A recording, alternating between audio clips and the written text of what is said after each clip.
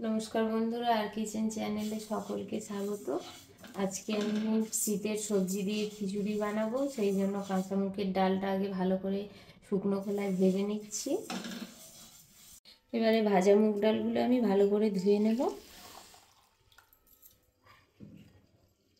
হাঁড়িতে আমি অলরেডি জল গরম হতে বসিয়ে দিয়েছি।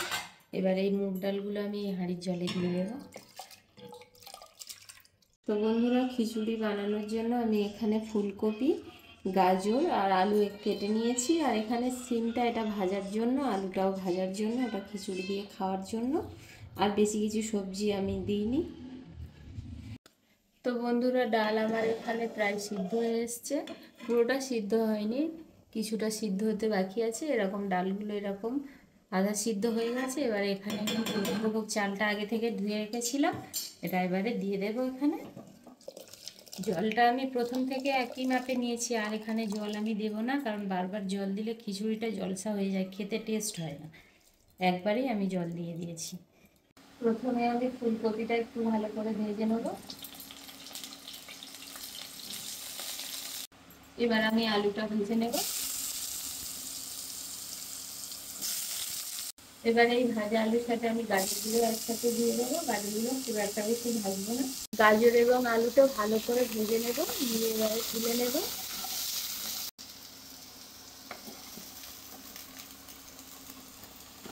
সবজিগুলো আমার ভেজে নেওয়া হয়ে গেছে। এবারে আমি তরকারিটা করব, সেই জন্য মশলাগুলো আমি একে একে দিয়ে দেবো। এখানে শুকনো লঙ্কা, তেজপাতা, এটা গোটা গরম মশলা এবং পাঁচফোড়ন সব একসাথে তেলে দিয়ে দেব। এখানে আমি কাঁচা লঙ্কা আর আদাটা একসাথে করে বেটে রেখেছি, এটা তেলের উপরে দিয়ে দেব। মশলাটা ভাজা ভাজা হয়ে এসছে। এবার একটু আমি কিষান সস এখানে দিয়ে দেব। এবার পরিমাণ মতো লবণ দিয়ে দেবো। লবণটা একসাথে আমি একটু বেশি দেবো, সবজি ভাজার সময় আমি কিছুটাই একদম লবণ দিইনি। এবারে হলুদ গুঁড়ো দিয়ে দেবো। এবার এটা আমার বাড়িতে বানানো মশলা দিয়ে দেবো, এর মধ্যে সব রকম মশলাই দেওয়া আছে। একটু কাশ্মীরি লঙ্কার গুঁড়ো দিয়ে দিলাম, অল্প একটু চিনি দিয়ে দিলাম, আর একটু জল দিয়ে দিলাম, দিয়ে মশলাটা ভালো করে কষিয়ে নেব। আর মশলা থেকে তেল ছেড়ে দিয়েছে এবং ভেজে রাখা সবজিগুলো আমি সব একসাথে এখানে দিয়ে দিলাম।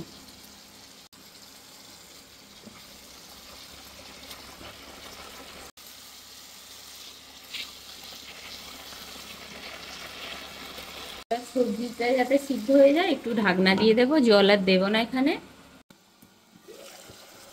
তরকারিটা তাহলে আমার হয়ে গেছে। এবার তরকারিটা নামিয়ে নেব, দেখবো এবার ভাতটার কি পরিস্থিতি।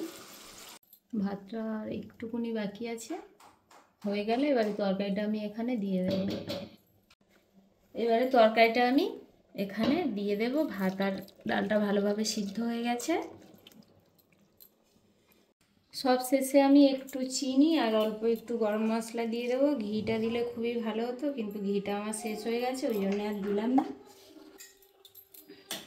ভিডিওটি কেমন হলো কমেন্টে অবশ্যই জানাবেন, এবং চ্যানেলে যদি নতুন হয়ে থাকেন অবশ্যই চ্যানেলটি সাবস্ক্রাইব করবেন এবং পাশে থাকা বেল আইকনটি প্রেস করবেন।